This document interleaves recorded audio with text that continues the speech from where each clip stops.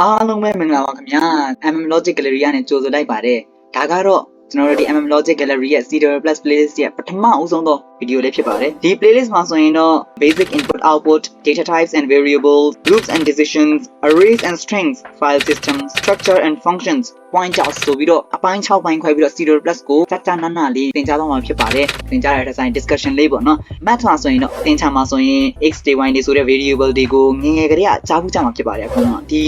playlist မှာဆိုရင်တော့ဒီ programming language ရဲ့ variable တွေအကြောင်းကိုကောင်းကောင်းမွန်မွန်သင်ကြားပေးသွားမှာဖြစ်ပါတယ်ပြီးကြရင်အလုပ်တစ်လုပ်ထဲကိုခဏလုပ်နေရတယ်ဆိုရင်ကိုယ်တိုင်က execute လုပ်နေကြမလို့ပဲနဲ့ program ကိုယ်တိုင်က execute လုပ်လို့ရအောင် looping တွေအကြောင်းကိုလည်းသင်ကြားပေးသွားမှာဖြစ်ပါတယ်ပြီးတော့ data types တူတဲ့ variable တွေအများကြီးကိုတစ်ခါတည်းသုံးခြင်းနဲ့တစ်ခါတည်း input တောင်းခြင်းနဲ့ output ထုတ်ခြင်းနဲ့ဆိုရင်လည်း array တွေကိုအသုံးပြုနိုင်အောင်သင်ပေးသွားမှာဖြစ်ပါတယ်ပြီးတော့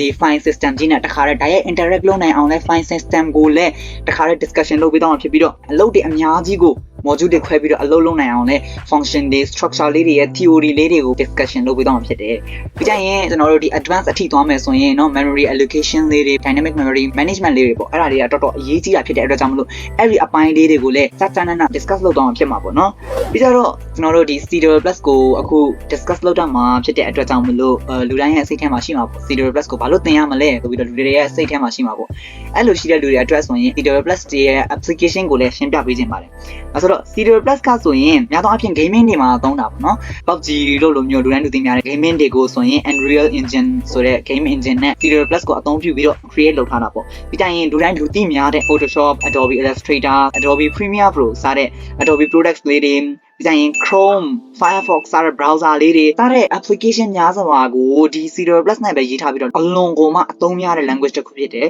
ဒီ hardware system ကြီးကိုပေါ့နော် computer system ကြီးကိုSerial Plus ကထိန်းချုပ်နိုင်စွမ်းအခြား programming language ထက်ပိုပြီးတော့ထိန်းချုပ်နိုင်စွမ်းရှိတဲ့အတွက်ကြောင့်မို့လို့ gaming တွေပြီးကြရင် interactive system တွေပြီးကြရင် competitive programming တွေမှာဆိုရင်လည်းဒီ Serial Plus ကိုပဲလူသုံးများကြတယ်ပေါ့တခြား programming language ထက်ဆိုင်ဒီ Serial Plus ကိုဆိုရင်